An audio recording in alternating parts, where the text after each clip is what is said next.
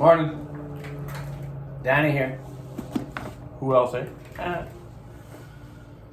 So, just trimming some pistons. A couple 390s, 395, 372. So small, medium, large. 72 cc's, 90 cc's, and 95. So, what I do with these pistons is I do some skirt timing. So I'm taking material off the intake side and get it to a figure that I like. I have marks made up here on my bench, so I get them all the same height.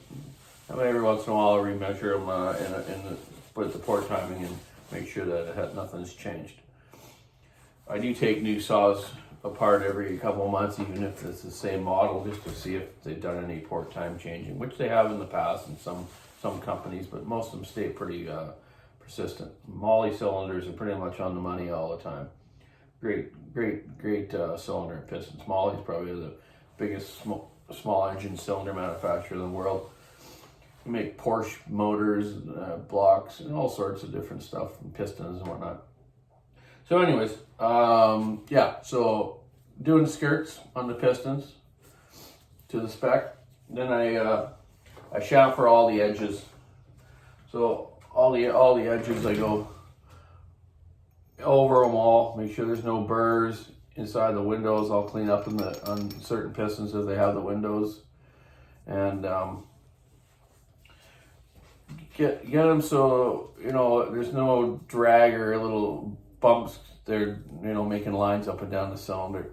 And I also think it holds the oil in the piston better. It cools it a bit better, lubricates it better.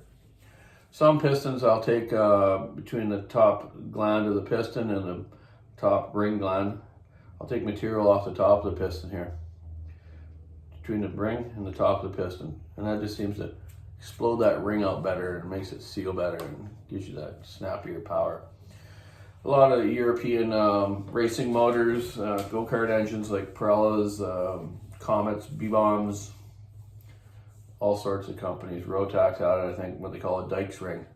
Dykes ring is a ring that is kind of half between the top of the piston and the ring line. It's kind of an L-shaped in a way, and when the combustion explodes, that ring seals perfect. Used in some dirt bikes years ago too, I believe, or racing bikes with racing pistons in them. So yeah, chamfer all the pistons up nice. Just make sure they're good. I even take the rings and sand them down on a machinist block. Make sure there's no little edges on it. And then put them together after do the porting. This is a good example. This one, it's a 390 used piston cylinder, came from a fella. How black it is. Even down the sides of it, he's using crummy fuel or stale gas or low octane. Could be a combination. Told you before about carbon buildup. I'm gonna clean all this guy's carbon out of this thing. Carbon kills, like they always say. You can see it, the buildup in there, eh? That's starting to scratch that piston already. So it's going to take the life away from it. So I'm going to port that out to my spec. My little spec jig here. Get my right height. Widen it a tad. Chamfer up all the edges and polish it really good. Be like a mirror, so the carbon doesn't stick to it as good. It still will though, but it'll prolong it a little longer. So yeah, use good fuel, man. Like some of these places in these logging camps mix up big drums of it. They'll use good gas when they get it. Marked gas isn't very good to use either. The dye is hard on the fuel filters and diaphragms. If you're using marked gas, use it not with too much dye in it. Yeah, just try not to use it. So what happens though? They mix up big drums. They go to camp. They use it for a few weeks, and they're out of camp for a few weeks. They get shut down. They go back, and now that gas is already a month and a half to 2 months old, and it's going to start to go bad. So you know what? They need to, if you're in those remote places, buy yourself some octane octane, booster, and some gas stabilizer. Throw some in the jug and mix it up in your big drums. 45-gallon drums or whatever. But local saw guys and tree guys and homeowners, you can either buy the new Aspen or the Still or the Husky or Echo. Everyone has it now. The pre-mixed gas, you can buy it at Canadian Tire, Lowe's, any of those places now. It's pre-mixed 50-1. It's high octane and it's got a shelf life of like 2 or 3 years. Even if it's opened, it's good for a while. I don't think that's a good idea, but you can, in a leaf blower or your string trimmer at home. But yeah, so what I'm saying is the local guys, they're always getting fresh gas. So, you go to the gas station, you buy 92, you're using it within that few days. So it's good, man. So your motors are staying cleaner. You won't get that buildup like that so much, I know some local guys years ago, a friend of mine, Ken Vipon, Gemini Fallen, he used to own it, him and Alfeggi. They used to use Chevron mix and Chevron gas. And I remember me and Dad took some 394s apart that those guys were using, and geez, they were like brand new inside. Amazing. No carbon buildup. And that's because they bought fresh stuff all the time and good stuff. So I can't say that enough.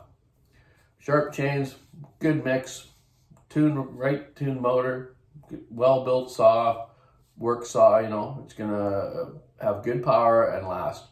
I told you before, we can make them rev high and do all these other crazy stuff, but they're not going to last. You got to work. That thing's got to last for at least a year or more. Some guys get more. That's pretty good. Some guys are 225 days a year. 6 hours a day in the bush, but their saw's not on for 6 hours. Come on, man. They gotta stop and have smoke, change your chain, sharpen up, warm up a little bit. So you think about that though. 200 days a year. The revolutions of that saw per day. Now add times that by the 200. That poor little piston's gone up and down there millions and millions of times. I'll figure that out one day and show you. I got some calculations here that someone sent me one time, like the first hour, the saws you used or whatever, that thing's already turned like 2 million times around or whatever. But so it's pretty amazing, these little bearings and rings and rods to hold up, eh? So that's why you need to use good stuff. Use good stuff and they'll last. So, it's an investment, it's a tool that you need to have in your hand every day to make your money and pay your living expenses and your kids growing up and stuff. So yeah, don't cheap out. Buy good stuff and do your maintenance. Fuel filter every month, spark plug every month. Have an extra air cleaner. Can't stress all that enough. Maintenance goes a long ways. Most of you guys have, compressors at home. Spend 10, 15 minutes. Take your covers off. Blow the sawdust and crap out behind the starter, around the coil and everything. That packs up a lot. And some of you, if you're using that Enviro oil, that stuff's disgusting. That Mazola oil or Enviro oil that still has. Man, that stuff gets all over the cylinder and stuff. You can't get it off, and it makes it run hot, and it stinks. It smells like you're cooking French fries, which is all right. I like French fries. Shouldn't eat them all, that many. Anyways, so yeah, that's about it today. It's raining like crazy outside, but my room's not leaking here today.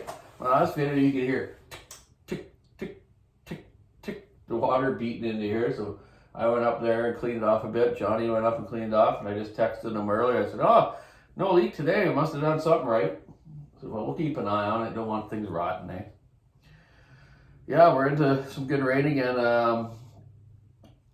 Supposed to be nice for a couple days before the weekend, but the weekend's supposed to be not too great, which is our long weekend for our Thanksgiving here in Canada. So anyways, I better get back out of here.